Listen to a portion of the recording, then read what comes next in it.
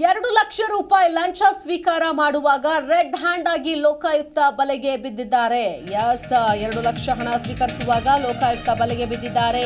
AE ಸಣ್ಣ ನೀರಾವರಿ ಇಲಾಖೆ ಎಇ ನಾಗರಾಜ್ ಲೋಕಾಯುಕ್ತ ಬಲೆಗೆ ಬಿದ್ದಿದ್ದಾರೆ. ಬಳ್ಳಾರಿಯ ಸಣ್ಣ ನೀರಾವರಿ ಕಚೇರಿಯಲ್ಲಿ ನಡೆದಿರೋ ಘಟನೆ ಇದು. ಕಾಮಗಾರಿ ಬಿಲ್ಗೆ 30 ಲಕ್ಷ ಪಾವತಿಸೋದಕ್ಕೆ ಅಂತ ಇವರು 2 ಲಕ್ಷ ಕಿಕ್ ಬ್ಯಾಕ್ ಕೇಳಿದ್ರಂತೆ.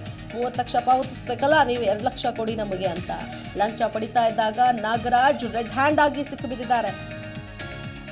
ಗುತ್ತಿಗೆದಾರ ರಾಮಕೃಷ್ಣ ಅವರಿಂದ ಲಂಚಕ್ಕೆ ಬೇಡಿಕೆ ಇಟ್ಟಿದ್ರಂತೆ ಎಇ.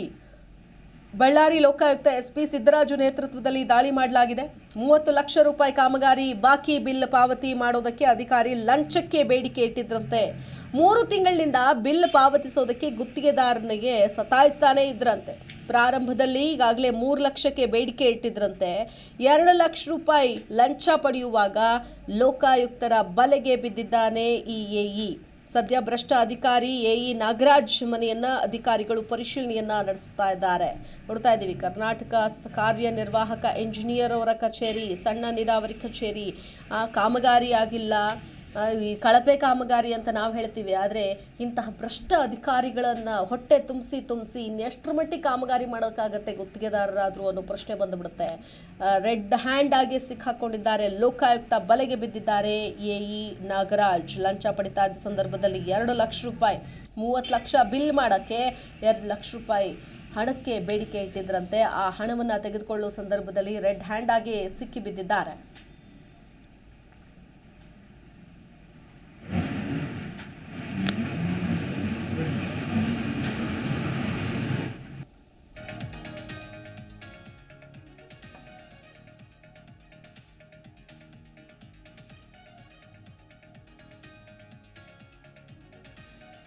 ಇದೇ ವಿಷಯಕ್ಕೆ ಸಂಬಂಧಪಟ್ಟಂತೆ ಮತ್ತಷ್ಟು ಡೀಟೇಲ್ಸ್ ಕೊಡ್ತಾರೆ ನಮ್ಮ ಪ್ರತಿನಿಧಿ ವೀರೇಶ್. ದೂರವಾಣಿ ಸಂಪರ್ಕದಲ್ಲಿ ಜಾಯ್ನ್ ಆಗ್ತಾ ಇದ್ದಾರೆ. ವೀರೇಶ್, ನಿಜಕ್ಕೂ ದುಸ್ತರ.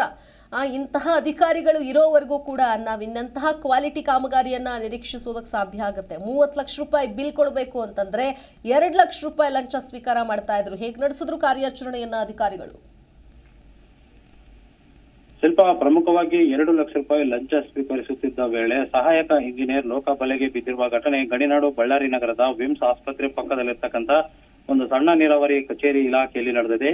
ಕಾಮಗಾರಿ ಬಿಲ್ಲು 30 ಲಕ್ಷ ರೂಪಾಯಿ ಪಾವತಿಸಲು ಕಚೇರಿಯಲ್ಲಿ 2 ಲಕ್ಷ ರೂಪಾಯಿ ಲಂಚ ಪಡೆಯುತ್ತಿದ್ದ ವೇಳೆ ನಾಗರಾಜ್ ರೆಡ್ ಹ್ಯಾಂಡ್ ಆಗಿ ಸಿಕ್ಕಿಬಿದ್ದಿದ್ದಾನೆ.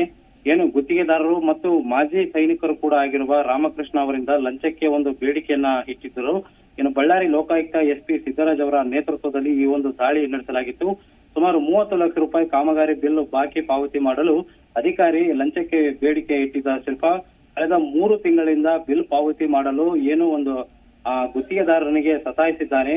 ಪ್ರಾರಂಭದಲ್ಲಿ 3 ಲಕ್ಷ ರೂಪಾಯಿ ಬೇಡಿಕೆ ಇಟ್ಟಿದ್ದ ನಂತರ 2 ಲಕ್ಷ ರೂಪಾಯಿ ಲಂಚ ಪಡೆಯುವಾಗ ಲೋಕಾಯುಕ್ತ ಅಧಿಕಾರಿಗಳಿಗೆ ಬಿದ್ದಿದ್ದಾನೆ.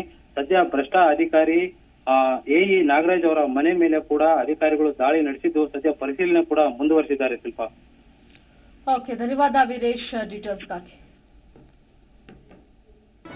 ಜಿ ಕನ್ನಡ ನ್ಯೂಸ್ ಈಗ ನಿಮ್ಮ ಮನೆಯಲ್ಲೇ ನೋಡಿ. ಎಲ್ಲ ಕೇಬಲ್ಗಳಲ್ಲಿ ಈಗ ಲಭ್ಯ. Sun Direct 292, Jio TV 1334, U digital 162, city cable 51, GTPL 17, Abhishek cables 821, Rockline telecommunication 51, Shri Basaveshwara number 60, Vinayaka digital number 53, in digital number 896ರಲ್ಲಿ. ನಿಮ್ಮಿಸ್ತದ ಜಿ ಕನ್ನಡ ನ್ಯೂಸ್ ನೋಡಿ ಆನಂದಿಸಿ.